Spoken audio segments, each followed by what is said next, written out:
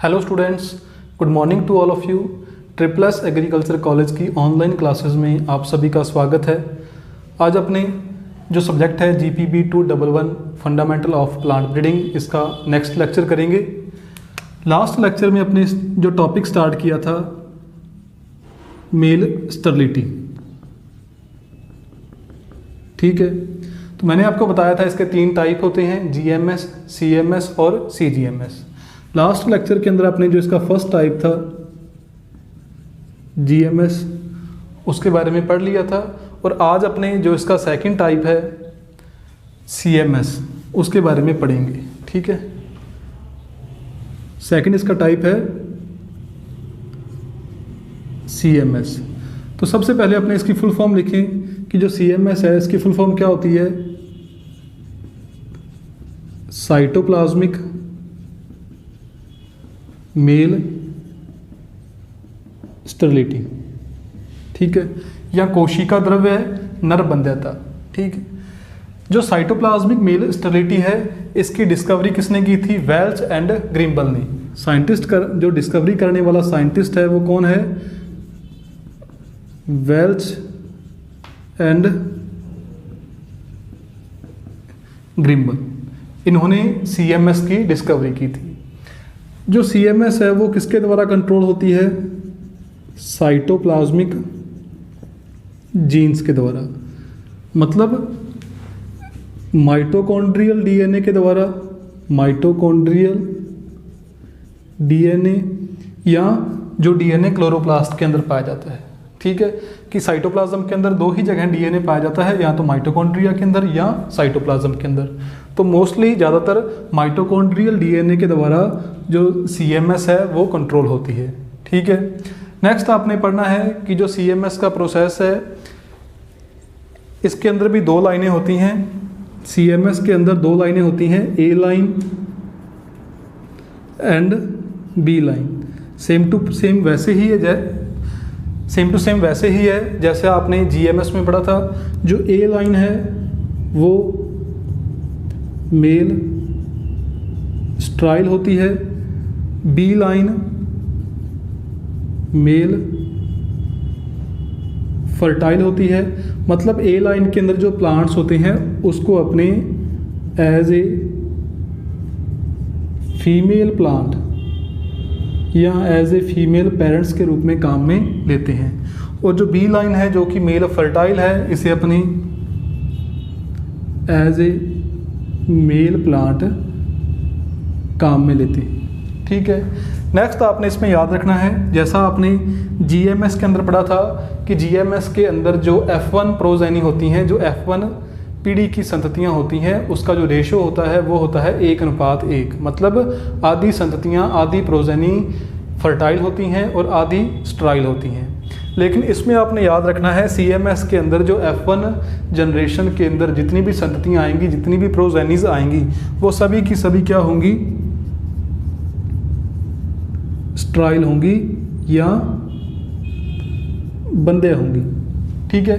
ये आपने याद रखना है कि CMS के अंदर जो F1 पीढ़ी आती है, F1 पीढ़ी के अंदर जितने भी प्लांट्स आते हैं वो सभी के सभी किस प्रकार के होते हैं, स्ट्राइल होते हैं या बंदिया होते हैं।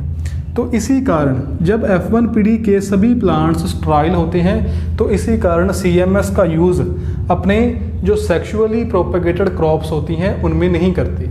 मतलब ऐसी क्रॉप्स जिनसे सीड प्रोड्यूस होता है उससे अपने नहीं करते, इसका यूज़ अपने करते हैं वेजिटेटिव प्रोपेगेटेड क्रॉप्स के अंदर, ठीक है। किसके अंदर करते हैं, it is used for vegetative propagated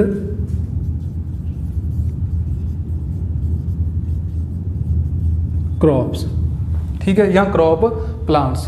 मतलब ऐसे प्लांट्स जिनको अपने वेजिटेटिव प्रोपेगेटेड का जो मेथड है उसके द्वारा अपने ग्रो करवाते हैं या कायिक प्रवर्धन करवाते हैं, उनके अंदर अपने इसका यूज़ करते हैं CMS का।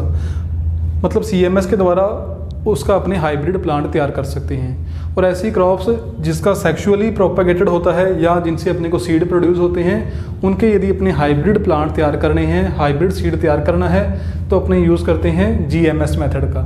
CMS का सिर्फ किस में करते हैं? अपने वेजिटेटिव प्रोपेगेटेड क्रॉप्स के अंदर, क्योंकि इसमें जो F1 प्लांट होते हैं वो सभी के सभी किस प्रकार के होते हैं? स्टेराइल होते हैं। और मोस्ट इम्पॉर्टेंट पॉइंट कि जो CMS है ये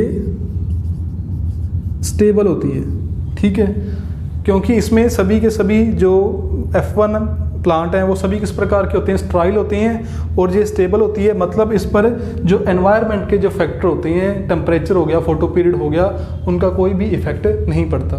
तो ये कुछ पॉइंट आपने CMS के अंदर याद रखने हैं। कौन कौन से पॉइंट हैं मैं दोबारा फिर रिपीट कर देता हूँ कि ये किसके द्वारा कंट्रोल होती है? साइटोप्लाज्मिक जीन्स के द्वारा कंट्रोल होती है। इसकी डिस्कवरी किसने की थी? वेल्च एंड ग्रिम्बल ने। इसके अंदर दो लाइनें हैं, A और B।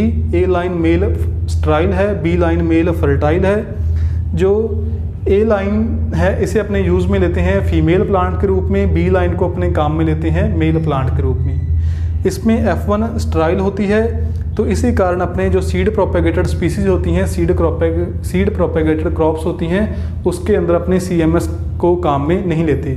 इसका यूज सिर्फ कहाँ पर होता है? वेजिटेटिव प्रोपेगेटेड क्रॉप्स को हाइब्रिड बनाने के लिए, ठीक है। ये स्टेबल होती है, हाईली स्टेबल होती है, इस पर एनवायरनमेंट का कोई भी फ़र्क नहीं पड़ता। तो ये अपना जो CMS है, CMS कंप्लीट होगी। नेक्स्ट अपने पढ़ेंगे जो थर्ड आती है CGMS के बारे में। CGMS की फुल फॉर्म क्या थी? साइटोप्लाज्मिक जेनेटिक मेल स्टेरिलिटी, ठीक है।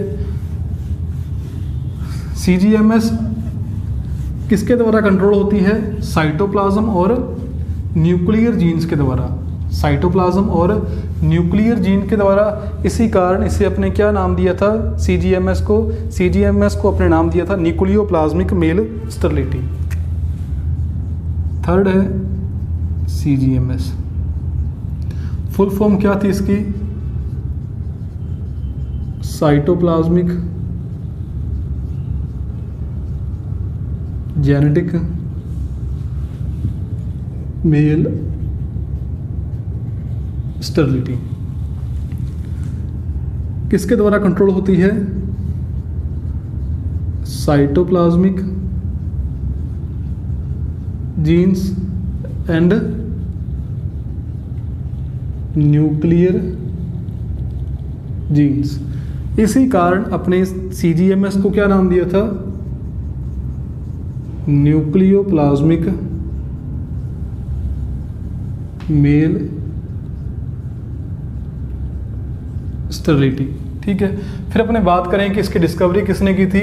इसकी डिस्कवरी करने वाले साइंटिस्ट हैं Jones and Davis.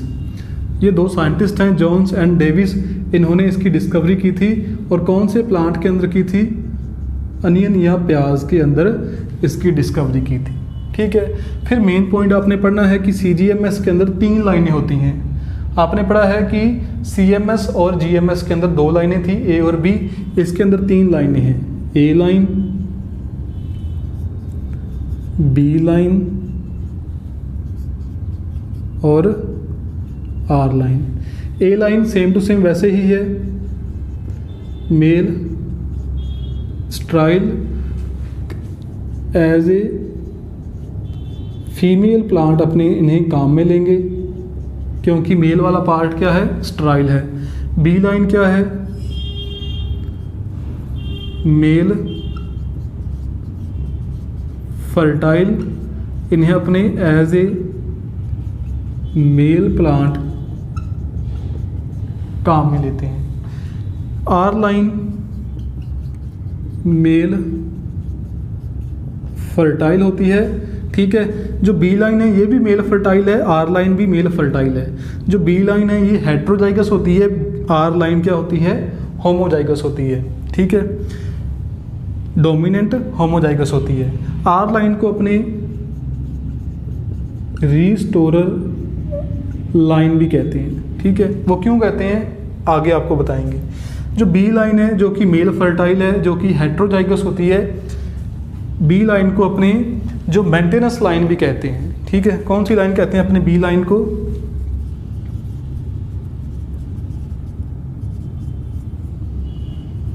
Maintenance line. ठीक है, इन दोनों के बारे में अभी अपने डिस्कस करेंगे कि बी लाइन को अपने मेंटेनेंस लाइन क्यों कहते हैं, आर लाइन को अपने रीस्टोरर लाइन क्यों कहते हैं। ठीक है, तो एक पहले अपने इसका चार्ट बना लेते हैं। फिर अपने डिस्कस करेंगे कि इसे अपने मेंटेनेंस लाइन या रीस्टोरर लाइन क्यों बोला है। ठीक है, तो चार्ट उसी प्रकार बनेगा। सबसे पहले अपने ये है अपनी ए लाइन जो मेल स्ट्राइल है, स्ट्राइल। ये अपनी बी लाइन जो फर्टाइल है, small R, for example small R. ठीक है, या कैपिटल आर और एक स्मॉल आर। ठीक है, तो अपने बी लाइन को मेंटेनेंस लाइन क्यों बोला है? ये तो है स्ट्राइल और ये क्या है, फर्टाइल। मान लो अपने पास ए लाइन का 10 kg सीड है। ठीक है, अपने पास अपने हाइब्रिड सीड प्रोड्यूस करना है। हाइब्रिड सीड कब प्रोड्यूस होगा? जब क्या होगा, क्रॉस पॉलिनेशन होगा। जब क्रॉस पॉलिनेशन होगा तो ये अपने पास कौन सी लाइन है, ए लाइन, जो क्या है, स्ट्राइल है। मतलब इसमें सेल्फ पॉलिनेशन तो हो ही नहीं सकता, इसमें हमेशा क्या होगा, क्रॉस पॉलिनेशन होगा। ठीक है, तो हाइब्रिड सीड जब अपने प्रोड्यूस करना है, मोस्ट इंपॉर्टेंट लाइन आपने याद रखनी है कि जब भी अपने को हाइब्रिड सीड प्रोड्यूस करना होता है तो हमेशा ए लाइन और आर लाइन का क्रॉस करवाते हैं। ठीक है, तो अपने यहाँ पर ए और बी का क्रॉस फिर अपने क्यों करवाते हैं? ए और बी का अपने क्रॉस करवाते हैं ए की जो क्वांटिटी होती है इसको बढ़ाने के लिए, कि ए लाइन में सभी के सभी प्लांट किस प्रकार के हैं, स्ट्राइल, और अपने को हाइब्रिड सीड बनाना है तो अपने को क्रॉस पॉलिनेशन करवाना पड़ेगा, तो वहाँ पर अपने को स्ट्राइल प्लांट ही चाहिए होते हैं। ठीक है, तो अपने पास मान लो ए लाइन है, इसकी क्वांटिटी कितनी है, 10 kg। अपने को इसकी क्वांटिटी बढ़ानी है तो अपने इसका क्रॉस किसके साथ करवाते हैं, बी लाइन के साथ। तो अपने को वहाँ पर ये एक ही प्लांट है और ये भी एक ही प्लांट है। तो आगे अपने पास जैसा आपने स्टार्टिंग में पढ़ा था, प्लांट प्राप्त होंगे F1 जनरेशन के अंदर। 2 टाइप के प्लांट होंगे, कौन कौन से होंगे, capital R small R, small R small R, capital R small R, small R small R. ठीक है, यहाँ पर जो कैपिटल आर और स्मॉल आर हैं ये किस प्रकार के प्लांट हैं, फर्टाइल। ये भी किस प्रकार का है, फर्टाइल। ये दोनों प्लांट किस प्रकार के हैं, स्ट्राइल, और ये प्लांट भी किस प्रकार का है, स्ट्राइल। ठीक है, अब अपने इसकी क्वांटिटी बढ़ा ली कि मान लो अपने पास 10 kg सीड इसका था और 10 kg सीड ही इसका था। जब अपने इन दोनों में क्रॉस करवाएंगे तो अपने पास F1 जनरेशन के अंदर काफ़ी सारे प्लांट आ जाएंगे। ठीक है, उन काफ़ी सारे प्लांट में से अपने जो फर्टाइल प्लांट हैं उनको अपने अलग कर देंगे, क्योंकि अपने काम के कौन से प्लांट हैं, सिर्फ और सिर्फ स्ट्राइल प्लांट। इन स्ट्राइल प्लांट्स को अपने वहाँ से छांट लेंगे। तो अब अपने पास इनकी क्वांटिटी भी ज़्यादा हो चुकी है।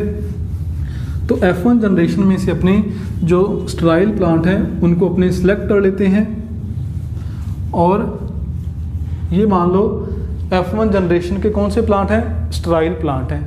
अब अपने इनका क्रॉस किसके साथ में करवाएंगे, रीस्टोरर लाइन। रीस्टोरर लाइन मैंने आपको बताया था किस प्रकार की होती है, डोमिनेंट होमोजाइगस। और ये किस प्रकार की लाइन है, एक तो फर्टाइल है और किस प्रकार की लाइन है, रीस्टोरर लाइन, क्योंकि ये फर्टिलिटी को रीस्टोर कर देती है।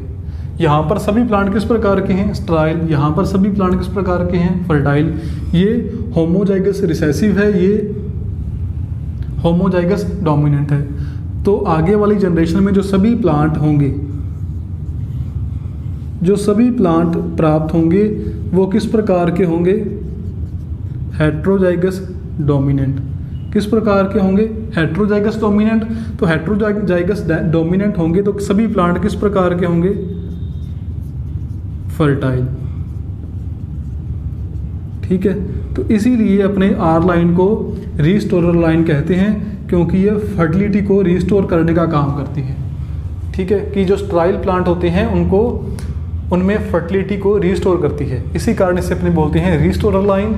और बी लाइन को अपने मेंटेनेंस लाइन क्यों बोला है, क्योंकि वहाँ पर अपने ए लाइन का बी लाइन के साथ क्रॉस करवा के जो ए लाइन है उसकी अपनी क्वांटिटी को बढ़ा सकते हैं। ठीक है, मतलब वहाँ पर फर्टिलिटी रीस्टोर नहीं होगी, जो फर्टिलिटी है वो मेंटेन रहेगी। ठीक है, तो इसीलिए अपने फर्टिलिटी बी लाइन को तो मेंटेनेंस लाइन बोलते हैं और आर लाइन को रीस्टोरर लाइन कहते हैं। तो इस प्रकार यदि अपने हाइब्रिड सीड बनाना होता है तो पहले अपने ए लाइन का बी लाइन के साथ क्रॉस करवाते हैं। ए लाइन की क्वांटिटी बढ़ गई तो फिर अपने F1 जनरेशन में से ए लाइन को सिलेक्ट कर लेते हैं और उस ए लाइन का अपने आर लाइन के साथ क्रॉस करवाते हैं और अपने पास सभी प्लांट किस प्रकार के आ जाते हैं, फर्टाइल, मतलब हाइब्रिड भी होंगे और फर्टाइल भी होंगे। एक तो आपने ये याद रखना था इसमें फ्लो चार्ट। नेक्स्ट आपने इसमें याद रखना है कि जो CGMS क्रॉप है इसका यूज़ अपने कौन सी क्रॉप में करते हैं, मतलब जो CGMS टाइप है मेल स्टेरिलिटी का, इसका यूज़ अपने कौन सी क्रॉप में करते हैं। तो अपने को पता है कि इसके अंदर ये साइटोप्लाज्मिक जीन के द्वारा भी कंट्रोल होती है, जेनेटिक जो मतलब जो न्यूक्लियर जीन्स हैं उनके द्वारा भी कंट्रोल होती है। तो CGMS मेथड है, इसका यूज़ अपने सेक्सुअली प्रोपेगेटेड